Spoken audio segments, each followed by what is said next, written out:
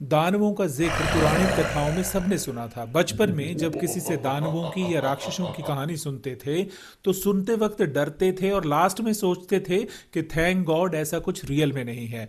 पर आजकल social media पे हर कोई असली दानवों की हरकतें, उनकी वीडियोस, नाम, जानकारियां देखकर हैरान परेशान है। जेफरी एप्स्टिन एक बहुत ही अमीर अमेरिकी आदमी था। बाहर से वह बड़ा फाइनेंसर और ताकतवर लोगों का दोस्त दिखता था, लेकिन असल में वह कम उम्र की लड़कियों का शोषण कर रहा था। वह लड़कियों को पैसे, नौकरी या मैसेज वर्क के नाम पर फंसाता था। बाद में उन्हें अपने घरों, प्राइवेट जेट्स, प्राइवेट आइलैंड्स पर ले जाकर उनका सेक्सुअल अब्यूज करता था।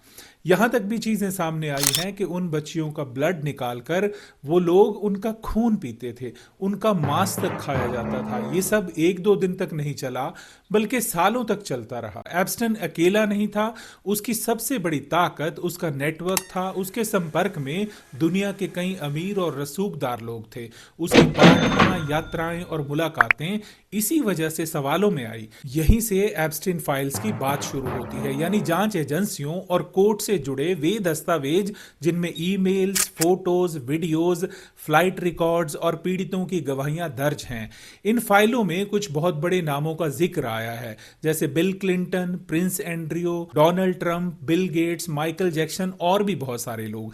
लेकिन यहां ये बात समझनी जरूरी है, इनमें से किसी को भी अभी कोर्ट ने दोषी साबित नहीं किया है। लड़कियों के साथ जो हुआ वह बहुत दर्दनाक है। ज्यादातर लड़कियां नाबालिग थी। उन्हें पहले भरोसे में लिया गया, फिर उनका शारीरिक और मानसिक शोषण किया गया। 2019 में एप्स्टीन जेल में बंद था और अचानक वह जेल में मरा हुआ पाया गया। सरकार ने इसे आत्महत्या बताया, लेकिन सीसीटीवी कैमरों का काम ना करना और गार्ड्स की लापरवाही जैसी बातें सामने आई। इसी वजह से आज तक लोग शक करते हैं कि क्या एप्स्टीन को चुप करा दिया गया था ताकि वे दूसरों के नाम ना बता सके। हाल ही में अमेरिकी सरकार यानी यूएस डिपार्टमेंट ऑफ जस्टिस ने एप्स्टीन से जुड़े लाखों दस्तावेज पब्लिक किए, लेकिन उनमें गलती से पीड़ितों की पहचान, फोटोज और प्राइवेट जानकारी सामने आ गई।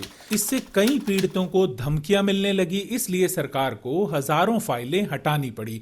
आज की सच्चाई ये है कि एप्स्टीन मर चुका है और उसके खिलाफ केस भी खत्म हो चुका है। जिन बड़े नामों का जिक्र आया है वे अभी सिर्फ सवालों के घेरे में है। पीड़ित आज भी इंसाफ की उम्मीद लगाए बैठे हैं। अब देखना यह है कि ये जो इतने सारे फेमस और अमीर लोगों के नाम सामने आए हैं, इनका क्या होता है। अपराधियों का अंजाम जेल और सजा होगा या फिर सब गुनाह पैसों के बोझ तले दबा दिए जाएंगे।